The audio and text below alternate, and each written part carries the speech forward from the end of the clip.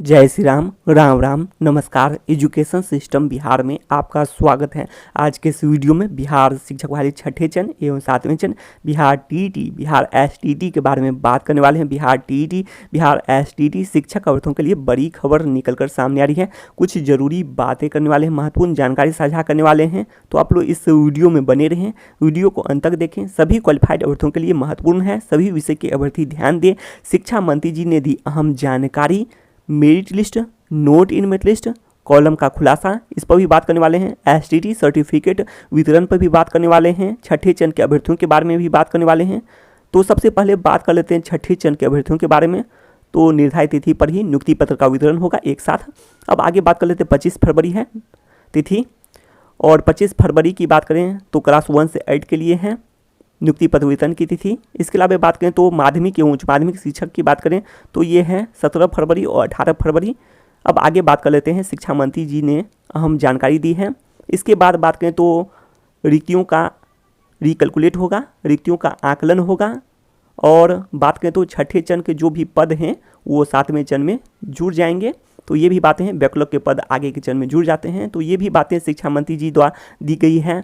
और रिक्तियों का आकलन होगा, जैसे ही नियुक्ति पत्र वितरण होगा इसके साथ साथ छठे चरण की समाप्ति होगी, रिक्तियों का आकलन होगा, और इसके बाद बात करें कि सातवें चरण का विज्ञापन जारी हो जाएगा। तो ये बातें निकल कर सामने आई हैं शिक्षा मंत्री जी की ओर से। अब आगे बात कर लेते हैं, और ये बातें बराबर भी आप लोग को सुनने को मिल ही जाती हैं।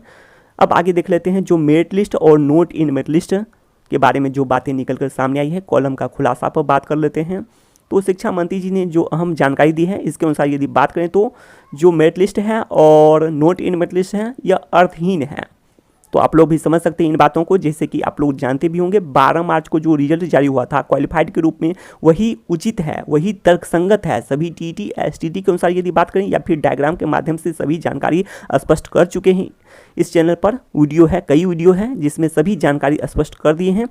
तो यही बात है, वही सही है, जो 12 मार्च का जो रिजल्ट है वही सही है। और मेरिट लिस्ट के बारे में यह भी बात करें तो शिक्षा मंत्री जी ने अहम जानकारी दी है कि बात कर लेते हैं, यह नियुक्ति जो नियोजन इकाई है वहाँ पर मेरिट लिस्ट बनेगा। तो ये भी बातें हैं, और यहाँ पर जो बना है तो आप लोग ऐसे भी समझ सकते हैं, जो बातें स्पष्ट कर दी हैं कि आप लोग देखेंगे मेरिट लिस्ट का महत्व सांकेतिक है। जैसे कि टॉपर की सूची सभी परीक्षा में बनती है, या फिर इंटर का ही एक उदाहरण के तौर पर देख सकते हैं कि बात करें तो पहले की बात करें तो जो भी 75 या इससे अधिक अंक लाते थे तो उसके बगल में बात करें तो डी, तो वही बात है यहाँ पर ही। तो जब बना दिया गया है तो वही बात है, इसका महत्व सांकेतिक है, टॉपर है, अंदाजा रहेगा। और बात करें तो नोट इन मेरिट लिस्ट की बात करें तो डायग्राम के माध्यम से स्पष्ट कर दिए हैं कि नोट इन मेरिट लिस्ट तो होना ही नहीं चाहिए था। जो 12 मार्च का रिजल्ट है केवल क्वालिफाइड में, या फिर बात करें तो जो बना दिया है रिजल्ट तो पसंद के अनुसार यदि बात करें तो नोट इन मेरिट लिस्ट कहीं से भी विज्ञापन के अनुसार यदि एसटीटी विज्ञापन के अनुसार भी बात करें तो उचित है ही नहीं। तो यही बात है, आप लोग खुद भी देख सकते हैं, वीडियो है तो उसमें भी देख लेंगे। तो सभी जानकारी स्पष्ट कर चुके हैं।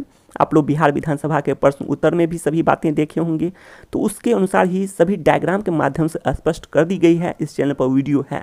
अब आगे बात कर लेते हैं, तो वही बात है, तो आप लोग भी एक तरह से इसे अर्थहीन समझें। मेरिट लिस्ट और नोट इन मेरिट लिस्ट जो है अर्थहीन समझा जाए एक तरह से।